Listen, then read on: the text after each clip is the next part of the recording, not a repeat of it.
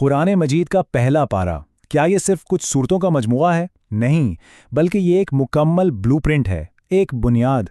آئیے آج اس کے ڈھانچے کو سمجھنے کی کوشش کرتے ہیں اور دیکھتے ہیں کہ یہ ہمارے ایمان اور زندگی کے لیے کیا رہنمائی فراہم کرتا ہے۔ تو ہمارے آج کے سفر میں ہم سب سے پہلے قرآن کی ترتیب کے پیچھے کی حکمت جانیں گے، پھر سورۃ الفاتحہ کے جوہر کو سمجھیں گے، اس کے بعد دیکھیں گے کہ ہدایت کے جواب میں انسانوں کے 3 راستے کون سے ہیں، پھر پچھلی قوموں کے قصوں سے کچھ سبق سیکھیں گے، اور آخر میں بات کریں گے ایمان کے حقیقی رنگ پر، یعنی اللہ کا رنگ۔ اچھا، تو سب سے پہلی اور شاید سب سے اہم بات جو سمجھنی ہے وہ یہ ہے کہ قرآن جس ترتیب سے نازل ہوا وہ اس ترتیب سے بالکل مختلف ہے جس میں ہم اسے آج ایک کتاب کی شکل میں پڑھتے ہیں، اور اسی فرق میں ایک بہت بڑی حکمت چھپی ہے۔ دیکھیں، ایک ہے نزولی ترتیب، یعنی وہ کرونالوجیکل آرڈر جس میں 23 سال کے عرصے میں آیات نازل ہوئیں، اور دوسری ہے توقیفی ترتیب، یعنی وہ فائنل آرڈر جسے نبی اکرم صلی اللہ علیہ وآلہ وسلم نے اللہ کی رہنمائی میں ترتیب دیا۔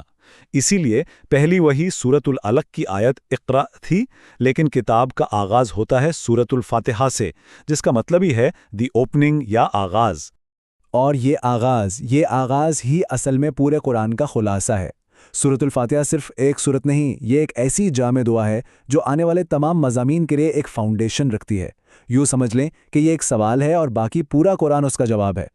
الفاتحہ یعنی کھولنے والی، اس کی یہ 7 آیات صرف الفاظ نہیں بلکہ یہ خالق اور مخلوق کے بیچ ایک ڈائریکٹ کانورسیشن ہے، ایک ایسا مکالمہ، ایک ایسا تعلق جو یہاں سے قائم ہو رہا ہے۔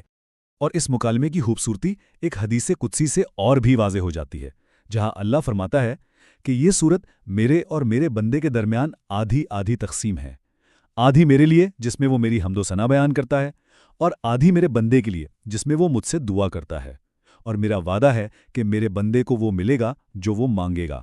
تو یہ دعا شروع ہوتی ہے اللہ کی 4 بنیادی صفات کے اقرار سے۔ سب سے پہلے وہ رب العالمین ہے، صرف مسلمانوں کا نہیں، تمام جہانوں کا پالنے والا۔ پھر وہ الرحمن اور الرحیم ہے، اس کی رحمت بے انتہا بھی ہے اور مسلسل بھی۔ اور آخر میں وہ مالک یوم الدین ہے، یعنی جزا و سزا کے دن کا اکلوتا مالک۔ یہاں ایک لمحے کے لیے الرحمن کی صفت پر رکتے ہیں۔ یہ رحمت کا وہ پیمانہ ہے جو اتنا وسیع ہے، اتنا بڑا ہے کہ یہ صرف اور صرف اللہ کی ذات کے لیے خاص ہے۔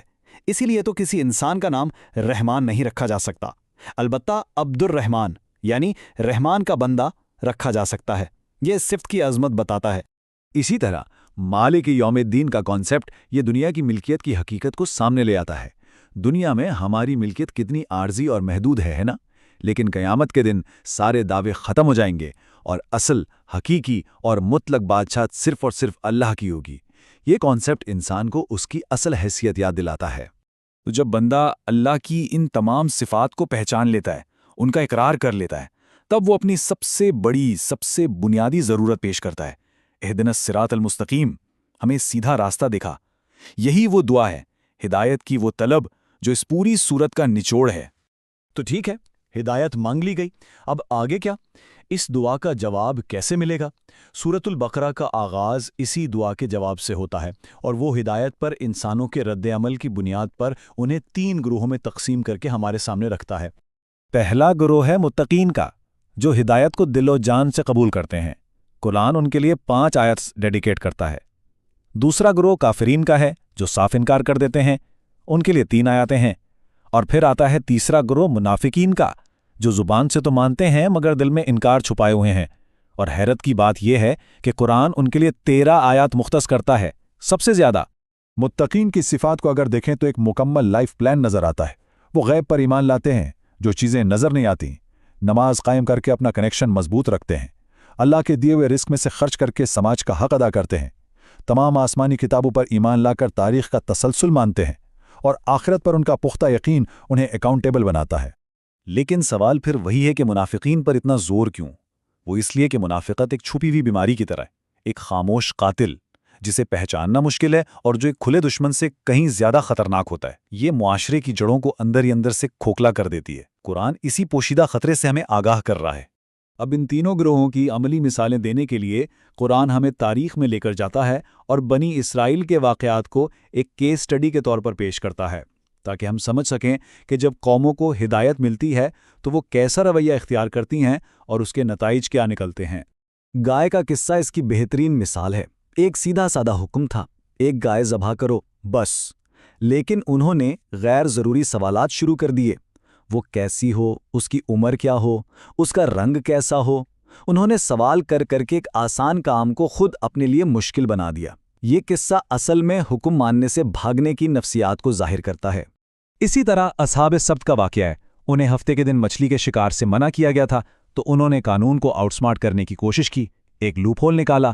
وہ جمعے کو جال لگا دیتے اور اتوار کو مچھلیاں نکال لیتے۔